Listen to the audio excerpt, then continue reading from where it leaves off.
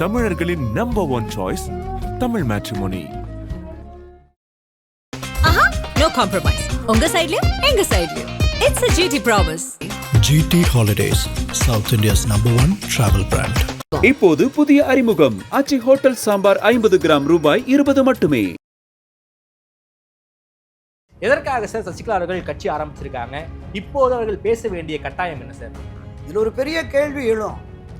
தலைவர் அம்மாவுடைய வெற்றி சின்னம்மாம் ரிட்டைலுக்கு எதிராக இவர் எப்படி கிளம்புறாங்களாம்? ஒரு தவறான நபரிடம் ரிட்டைலை போயிடுச்சு, தவறான நபரிடம் கட்சி தலைமை போயிடுச்சுங்கிற போது அதை மீட்டெடுப்பதற்கான இன்னொரு வழியாக, இன்னொரு அணுகுமுறையாக இந்த அரசியல் இயக்கத்தை திருமதி சசிகலா தொடங்கி இருக்கிறார் என்று தான் நான் பார்க்கிறேன். சராசரி அரசியல்வாதியாக இருந்தால் என்ன பேசியிருப்பாங்க?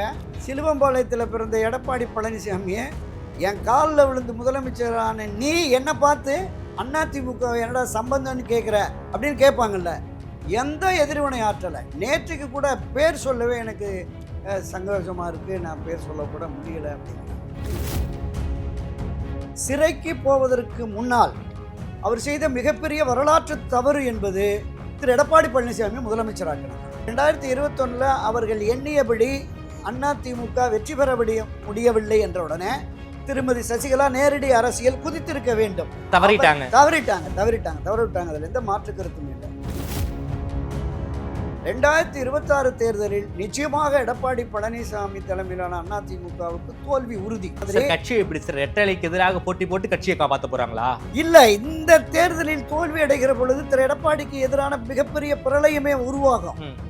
எடப்பாடிக்கு பாடம் கற்பிப்பதற்காக ரெட்டலைக்கு எதிராக சசிகலா அவர்கள் போட்டி போட போறாங்க, நாம எடுத்துக்கலாமா சார்? ஆமா. சசிகலா அவர்கள் போட்டி போட்டு என்ன சார் பண்ணிட முடியும்? அதிமுகவை ஒரு 500 ஓட்டுல தோக்குறாங்க, ஒரு 2000 ஓட்டை தோக்கடிக்க முடியும். அதை தவிர சசிகலா அவர்களால் என்ன பண்ணிட முடியும் சார்? எங்களை இணைத்துக் கொள்ளுங்கள். கடைசியா டிடிவி தினகரன் என்டிஏல போய் சேர்ந்து நாங்கள் பங்காளி சண்டை முடிஞ்சு அண்ணன் தம்பி ஆகிட்டோங்கிற போது திரு தினகரன் சொல்லுகிற அருமை அண்ணன் எடப்பாடிகிட்ட சொல்லி எங்களை கூட சேர்த்துக்க சொல்லுங்க, நாங்கள் தயாராக இருக்கோங்கிற வரைக்கும் போனார்.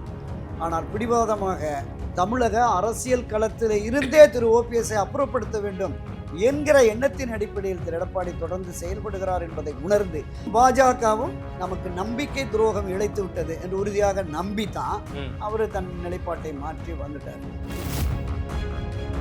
சார் இப்படி தவறான முடிவு எடுத்தார்னா ஓபிஎஸ் ஒரு நம்பகத்தன்மை இல்லாதவர். பாத்தீங்களா, நாங்கள் அப்பவே சொன்னோம் அவர் திமுகவுடைய பி டீம் அப்படின்னு எடப்பாடியே பல முறை சொல்லியிருக்காரு. அதுக்கான ஊர்ஜிதமாயிருமே சார்? இல்ல, அதான் சொல்றேன். விமர்சனங்கள் எல்லா தரப்புல இருந்து வரும். 3 முறை முதல்வரானவர் திமுகவுக்கு போயிட்டாருங்கிற விமர்சனம் காலத்துக்கு இருக்குல்ல? இருக்கும். அது காலப்போக்கில் மறையும். ஆதரணையாளர்களுக்கு அன்பு வணக்கம். இன்று நம்மோடு மூத்த பத்திரிகையாளர் திருமிகு துரைக்கருணா அவர்கள் உள்ளார். வணக்கம் துரைக்கருணா சார். வணக்கம் சகோதரன் சார். தமிழ்நாடு அரசியல் களம் ரொம்ப பரபரப்பா இருக்கு. ஏகப்பட்ட கட்சிகள் களத்துல இருக்கு. புதிய கட்சிகளும் எங்களுக்கும் திமுகவுக்கும் தான் போட்டின்னு ஒரு மிகப்பெரிய அளவில் நெருக்கடி கொடுத்துக்கிட்டு இருக்காங்க. இதற்கு மத்தியில் சசிகலா அவர்கள் ஒரு புதிய கட்சியை நேற்றைக்கு ஆரம்பிச்சிருக்காங்க, கொடியை அறிமுகப்படுத்தியிருக்காங்க, பேரை நான் பின்னர் அறிவிக்கிறேன்னு சொல்லியிருக்காங்க. எனக்கு புரியல சார், தேர்தல் நெருக்கத்தில் ஏன் ஒரு கட்சி ஆரம்பிக்கணும்? அதாவது சிறையிலிருந்து வந்த பிறகு ஒரு ஆக்டிவாக அரசியல் பண்ணியிருக்கணும் சசிகலா, அங்கே கோட்டை விட்டாங்க.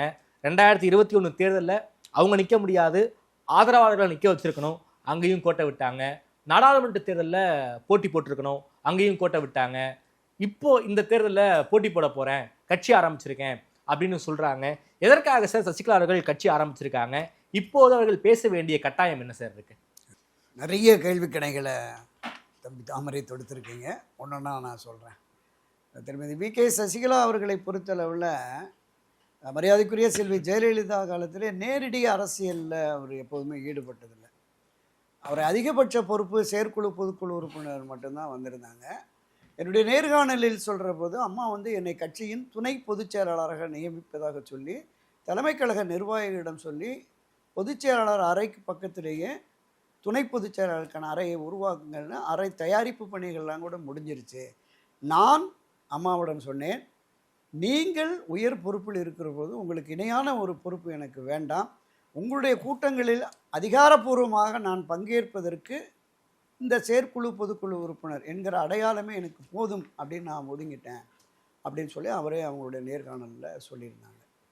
2016ஆம் ஆண்டு செல்வி ஜெயலலிதா மறைந்தவுடனே அமைச்சர்களும் அன்றைய தினம் இருந்த அத்தனை கட்சி நிர்வாகிகளும் சென்று அம்மாவின் இடத்தில் நீங்கள் தான் இருக்க வேண்டும், கட்சியினுடைய பொதுச் செயலாளராக நீங்களே இருக்க வேண்டும், இந்த ஆட்சியின் முதலமைச்சர் பொறுப்பையும் நீங்களே ஏற்க வேண்டும் என்று செல்வி ஜெயலலிதா மறைந்து அவர் உடல் கிடத்தப்பட்டிருந்த அந்த நேரத்தில் எல்லோரும் போய் சொல்கிறாங்க.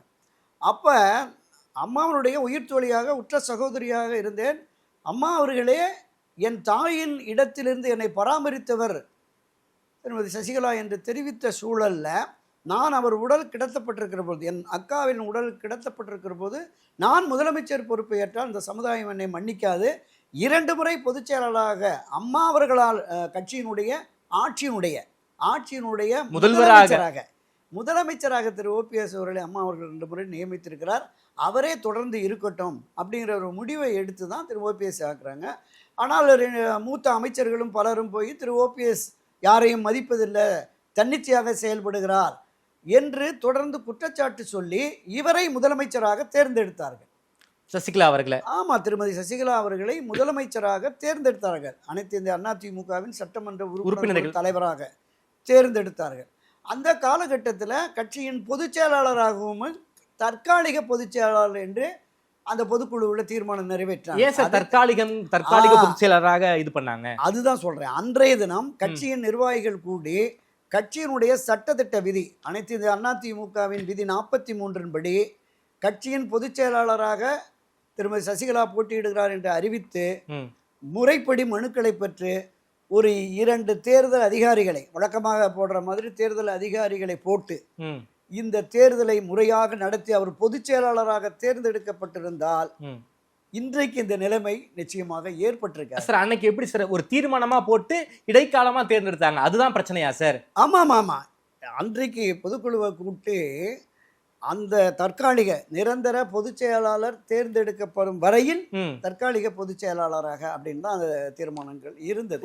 ஓகே இருந்தது. அப்போ பொதுக்குழு கூட்டல, அவங்க பொதுக்குழு கூடிதான் பொதுக்குழு கூடிதான் தற்காலிக பொதுச் செயலாளர் என்று நிரூபிச்சிருக்காங்க. அந்த பொதுக்குழுவே நிரந்தர, அந்த பொதுக்குழுவே சசிகலா அவர்கள் பொதுச் செயலாளர்னு ஆக்கியிருக்கலாமே, ஆக்க தவற விட்டுட்டாங்க. அதுதான் சொல்றேன். அது எந்த தரப்பினுடைய தவறுன்னு தெரியல. அதிமுக நிர்வாகிகள் தரப்பு தவறா இல்ல இவர்கள் தரப்பு தவறான்னு தெரியல. அங்கதான் முதல் கோணல் விழுந்தது. அது பொதுக்குழு கூடிதான் அவங்க பண்ணாங்க. நிச்சயமா பொதுக்குழு கூடி ஏகமனதாக. இன்னொன்னு என்னன்னா, பொதுக்குழு தீர்மானம் நிறைவேற்ற உடனே பொதுக்குழுவில் மற்ற நிகழ்வுகள் நடந்து கூட்டம் முடிவதற்கு முன்னாலே அந்த தீர்மான காப்பியை எடுத்துகிட்டு வந்து போயஸ் கார்டனில் வந்து அன்றைய தினம் இருந்த ஓபிஎஸ், சிபிஎஸ், தம்பித்துரை, செங்கோட்டையன் போன்ற மூத்த முன்னோடிகள் வந்து அவருடைய காலில் விழுந்து நாங்கள் இந்த தீர்மானத்தை நிறைவேற்றி இருக்கிறோம், கட்சியின் பொதுச் செயலாளராக அம்மா தான் இருக்கணும்னு சொல்லிட்டு தான் போகிறாங்க.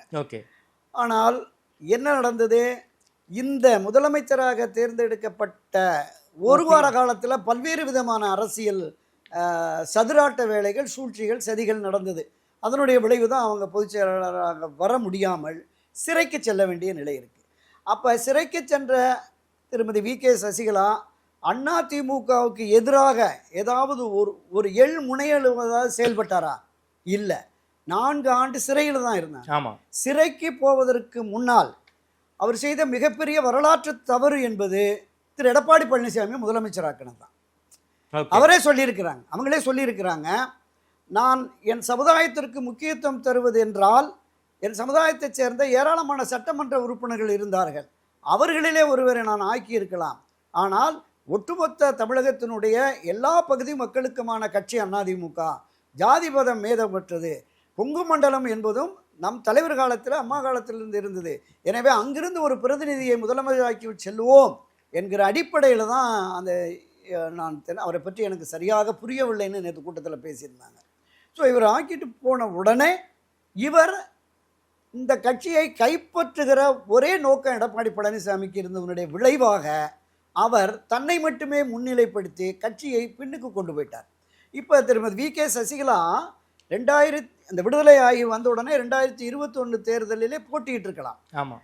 ஆனால் போட்டி போட முடியாது சார். ஏன்னா ஒரு தண்டனை காலம், சிறை தண்டனை, அதுக்கு பிறகு ஒரு 5 வருஷம், ஆமா 6 இந்த காலக்கெடு இருந்ததுனால அவங்க நேரடியாக போட்டி போட முடியாது. எனவே அந்த சூழல்ல தற்காலிகமாக ஒதுங்கி இருக்கிறேன், மீண்டும் அனைத்து இந்திய அண்ணா திமுக ஆட்சி அமையட்டும் என்று தான் தற்காலிகமாக ஒதுங்குறேன்னு ஒரு ஸ்டேட்மெண்ட் கொடுத்து வந்து அமைதியா இருந்தாங்க. அப்ப 2021 அவர்கள் எண்ணியபடி அதிமுக வெற்றி பெற முடியவில்லை என்ற உடனே திருமதி சசிகலா நேரடி அரசியல் குதித்திருக்க வேண்டும். தவறிவிட்டாங்க. அதில் எந்த மாற்று கருத்தும் இல்லை. 2-3 ஆண்டுகள் பொறுத்து பார்க்குறாரு. எப்படியாவது கட்சியை ஒருங்கிணைப்போம், ஒன்றுபட்ட அதிமுக தான் திமுகவை தேர்தல் களத்தில் வீழ்த்த முடியும் என்கிற கருத்தாக்கம் அவருக்கு ஆழமாக இருந்ததுனால பொறுத்து பார்க்குறார்.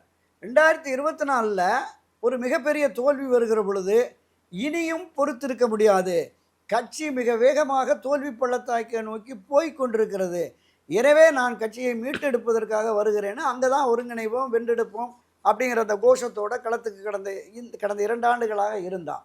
அதுலேயும் ஒரு தீவிரத்தன்மை இல்லை. வெளிப்படையாக வந்து அறிவித்து அதை ஒரு இயக்கமாகவோ ஒரு கட்டமைப்பை உருவாக்குவதற்கு தவற விட்டு அனைத்து இந்திய அதிமுகவை வழிநடத்துவதற்கான ஒரு வாய்ப்பை தான் அவர் பெற வேண்டும் என்று தான் அவரை நீக்கிய பொழுது ஒரு சட்ட போராட்டத்தை நடத்துகிறார். பொதுச்செயலாளர் என்னை தேர்ந்தெடுத்து நீக்கியது செல்லாது அப்படிங்கிற மாதிரியான ஒரு சட்ட போராட்டத்தை முன்னெடுக்கிறார். அதில் அவர் தோல்வி காண்கிறார். ஒரு இயக்கமாக வெளியில் வருவதற்கு அவருக்கு தயக்கம் இருந்தது. அதிமுக ஒன்றுபட்ட அதிமுக வேண்டும் என்பது அவருடைய நோக்கமாக இருந்தது. சிறையிலிருந்து வெளியில் வந்த அவருக்கு சிறையில் அது எல்லா விஷயத்தையுமே திரும்ப சசிகலா அவர்களே பேசிட்டதுனால நம்ம பேச வேண்டாம். பல பதிவுகளில் நானே அதை நெருக்கடி கொடுத்ததெல்லாம் உண்மைதானா சார்? 100% உண்மை. மிகப்பெரிய நெருக்கடி கொடுத்தது. அந்த நெருக்கடியை அனுபவித்து அவரே சொல்லியிருக்கிறாரு. என்னிடம் நான் அவருடைய நேர்காணல் 2 ஆண்டுக்கு முன்னாடி நடத்தினேன்ல, அந்த நேர்காணல்லே அதை வெளிப்படையாக சொல்லியிருந்தாங்க. எந்த அளவுக்கெல்லாம் அவங்க கொடுத்தாங்க, என்ன சார் பண்ணாங்க. பரப்பன இருக்கிற காலத்தில் பெயில் கொடுக்குறாங்க.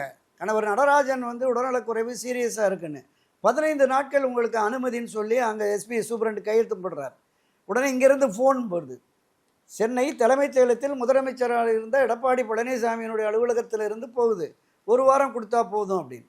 எதிரே பரப்பன அற்பகாலத்துடைய சிறை அதிகாரியும் திருமதி சசிகலாவும் எதிரெதிரே இருக்கிறார்கள். ஃபோனை பண்ணிவிட்டு நாங்கள் 15 நாள் அலாட் பண்ணோம், அவங்க 1 வீக் கொடுத்தா போதுங்கிறாங்க, பாதுகாப்பு கொடுக்க முடியாதான் அப்படின்னு அந்த அம்மாட்ட சொல்கிறார் சூப்பரன். சரி பரவாயில்ல, அவங்க விஷயம் அப்படின்னு. உடனே எங்கே தங்க போகிறீங்கன்னு கேட்குறாங்க அப்படின்னு. உடனே இவங்கிட்ட கேட்குறாரு இவர் சிறை அதிகாரி, பரப்பனா இருக்கிற சிறை அதிகாரி கேட்குறாரு எங்கே தங்குறதா உத்தேசம். நான் வாழ்ந்த 35 ஆண்டுகளாக அம்மாவோடு வாழ்ந்த போயஸ் கார்டன் தான். உடனே இவங்க சொல்கிறாங்க போயஸ் கார்டனில் தான். இல்லை அங்கே அனுமதிக்க முடியாது. இங்கேருந்து போகுது யார், எடப்பாடி தரப்புலேருந்து போகுது, முதலமைச்சர் தரப்புலேருந்து போகுது, போலீஸ் அதிகாரிகள் சொல்கிறாங்க. வேறு எங்கே தங்குறீங்கன்னு கேளுங்க. சரி எங்கள் சொந்தக்கார வீடு இருக்குது டி நகரில், அங்கே தங்கிக்கிறேன் அப்படின்னு. ரைட், ஓகே தங்கிக்கலாம். இன்னொரு கண்டிஷன் அங்கே இருந்து 15 கண்டிஷன் போட்டிருக்காங்க தமிழ்நாடு காவல்துறை. யாருக்கு? சசிகலா அவர்களுக்கு. சசிகலாவுக்கு போட்டிருக்காங்க. அதில் ஒன்று, அந்த வீட்டில் தங்கலாம், அரசியல்வாதிகள் பத்திரிகையாளர்கள் யாரையும் சந்திக்கக்கூடாது, இப்படி ஒரு கண்டிஷன். அத்தனையும் ஒத்துக்கொண்டு தான் இங்கே வந்தாங்க. அதாவது மிகப்பெரிய அளவில் அந்த காவல்துறையினுடைய கட்டுப்பாடு எந்த அளவுக்கு இருந்ததுன்னா, அந்த ஏரியாவுக்குள்ளே கரைவேட்டி கட்டி யாரையுமே போகலை. ஓகே. வடக்கு உஸ்மான் சாலையில் இருந்த ஹபிபுல்லா ரோடு சாலையில் அந்த தேவர் கல்யாண மண்டபத்துக்கு ஆப்போசிட் வீடு. ஆமாம், அவருடைய ஆதரவாளர் என்று தெரிவித்ததற்கு பிறகு அதை வெரிஃபை பண்ணிக்கிட்டு அப்புறமா தான் உள்ள அனுப்பிச்சிருக்காங்க. அந்த அளவுக்கு மிகப்பெரிய அளவில் நெருக்கடியை கொடுத்தார்கள் என்பதுதான் யதார்த்தமான உண்மை. ஓகே.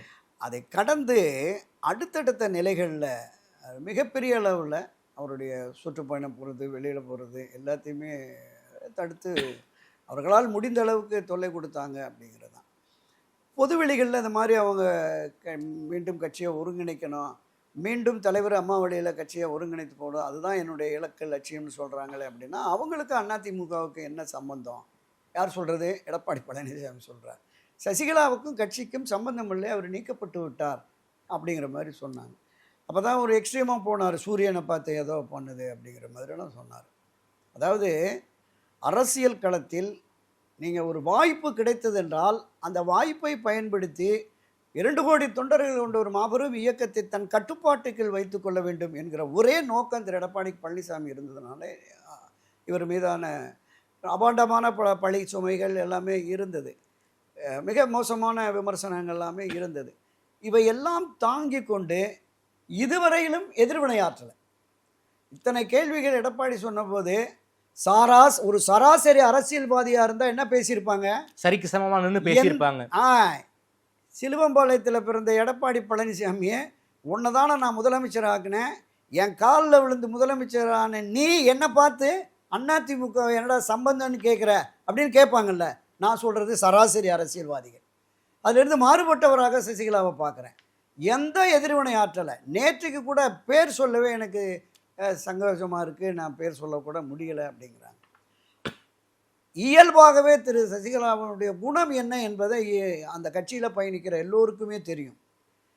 ஓஎஸ் கார்டனில் மரியாதைக்குரிய மறைந்த முன்னாள் முதலமைச்சர் செல்வி ஜெயலலிதா இருந்த காலகட்டத்தில் அவரை பார்ப்பதற்கு வருகிற ஐஏஎஸ் ஐபிஎஸ் அதிகாரிகள் முதல் கொண்டு கட்சியினுடைய அமைச்சர்கள் எல்லோருமே இவரை பார்த்துட்டு தான் போவாங்க. அந்த இன்றைக்கும் ரிட்டையர்டான ஐஏஎஸ் ஐபிஎஸ் இருக்கிறாங்க. ஒரு கட்சியின் நிர்வாகி சந்திக்க வேண்டுமென்றால் இவரை தாண்டி போகவே முடியாது.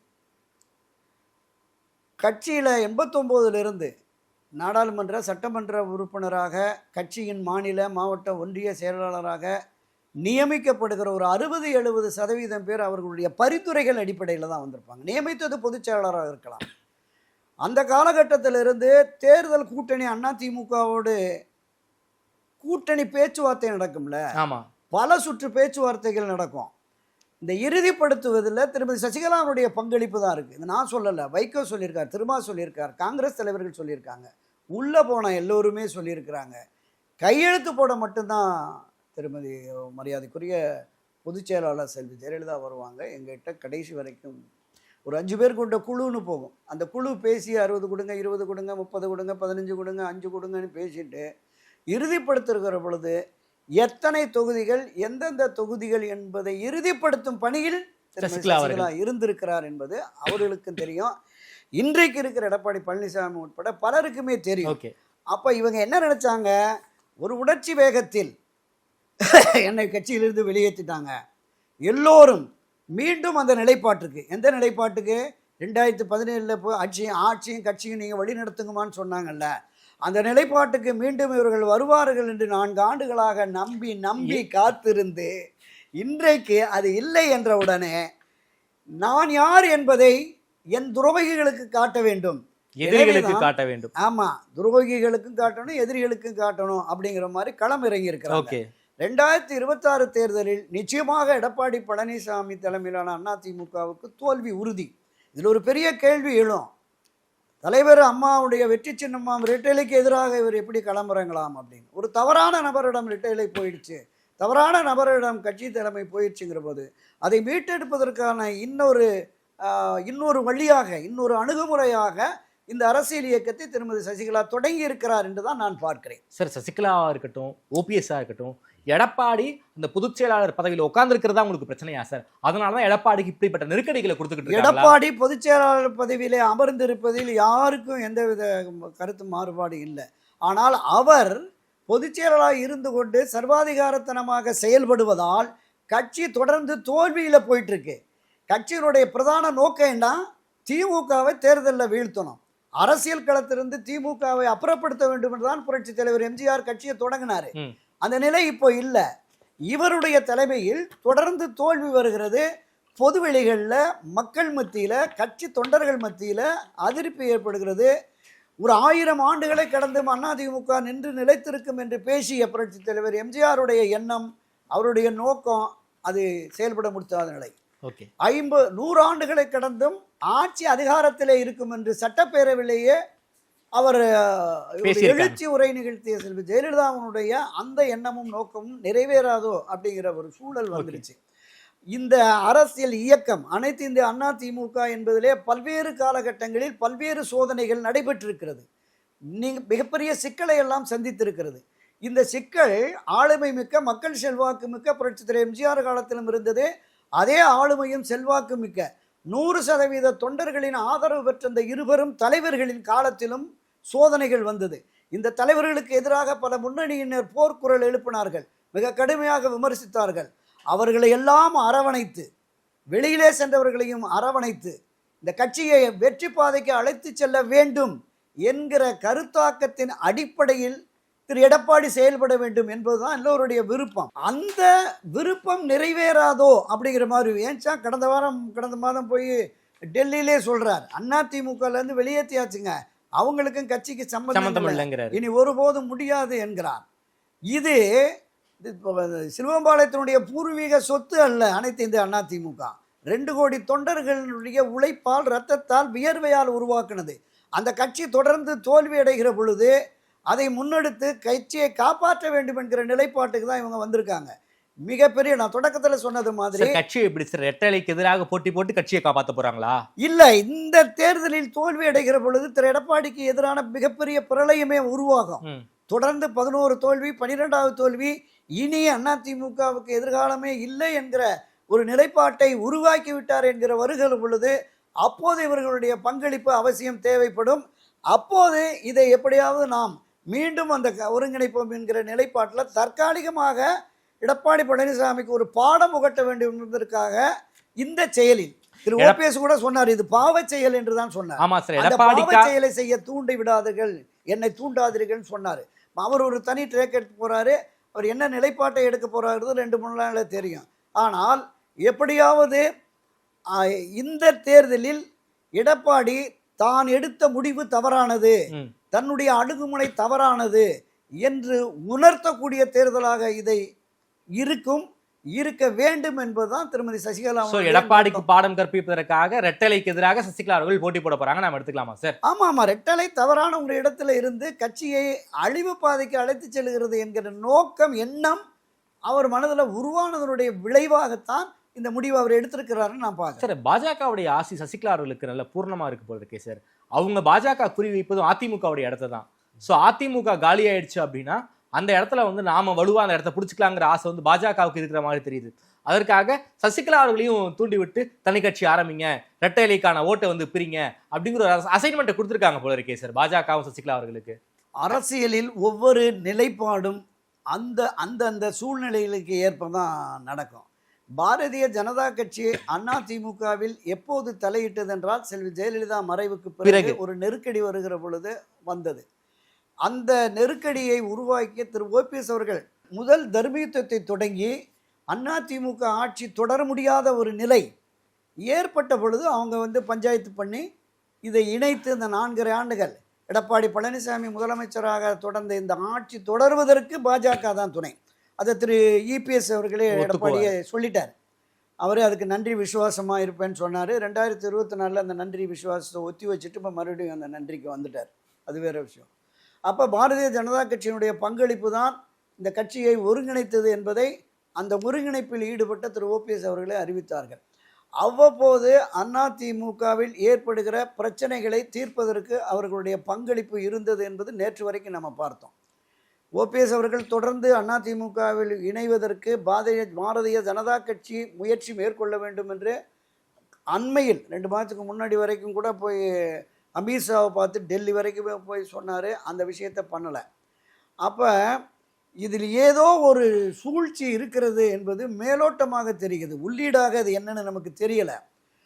அவங்க சொன்னாங்கல்ல ஒரு 7-8 வருஷத்துக்கு முன்னாடி, காங்கிரஸ் இல்லாத இந்தியா, கழகங்கள் இல்லாத தமிழ்நாடு.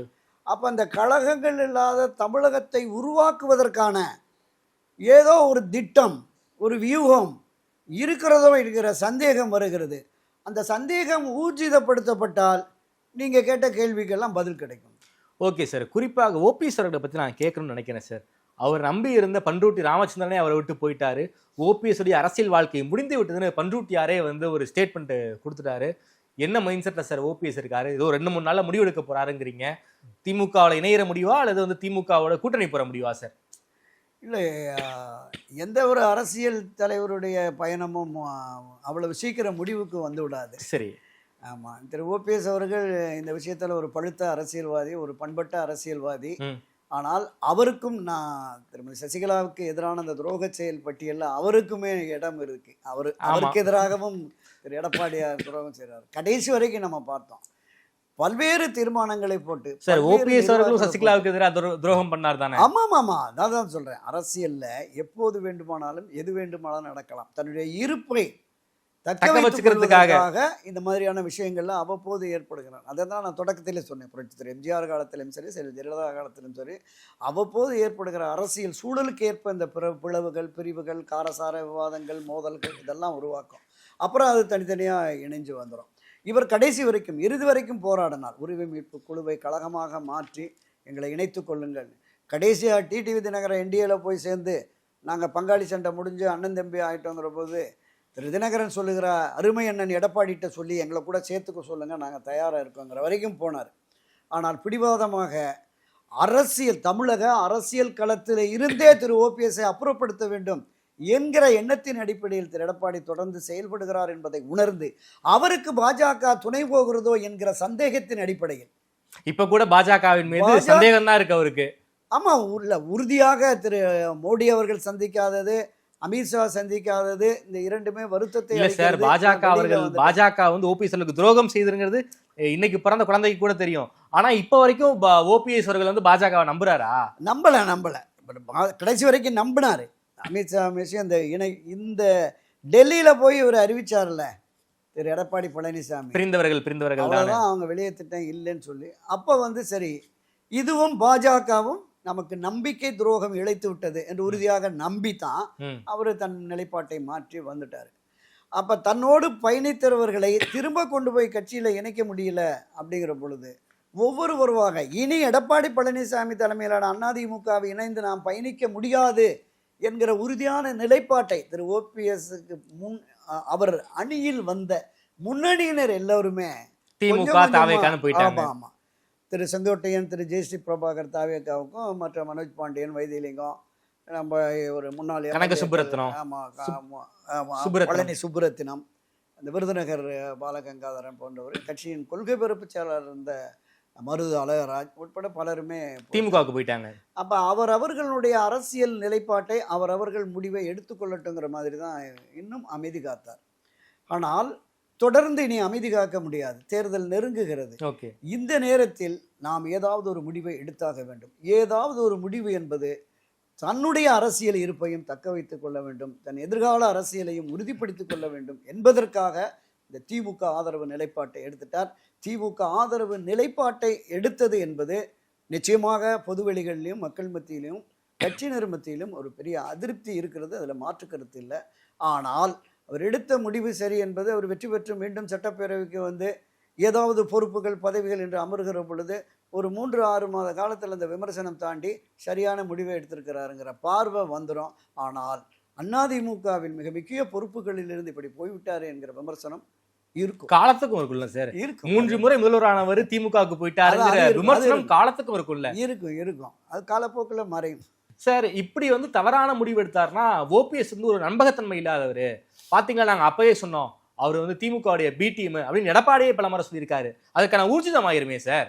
இல்லை, அதான் சொல்கிறேன், விமர்சனங்கள் எல்லா தரப்புலேருந்து வரும், பொதுவெளிகளிலிருந்து வரும், மக்கள் மத்தியில் வரும். திரு ஓபிஎஸ் அவர்களை நம்பி பயணித்த அவருடைய தொண்டர்கள், உரிமை மீட்பு குழு கழகத்தினுடைய நிர்வாகிகள் மத்தியிலும் வரும் விமர்சனங்கள் வரும், அதில் தவிர்க்கவே முடியாது.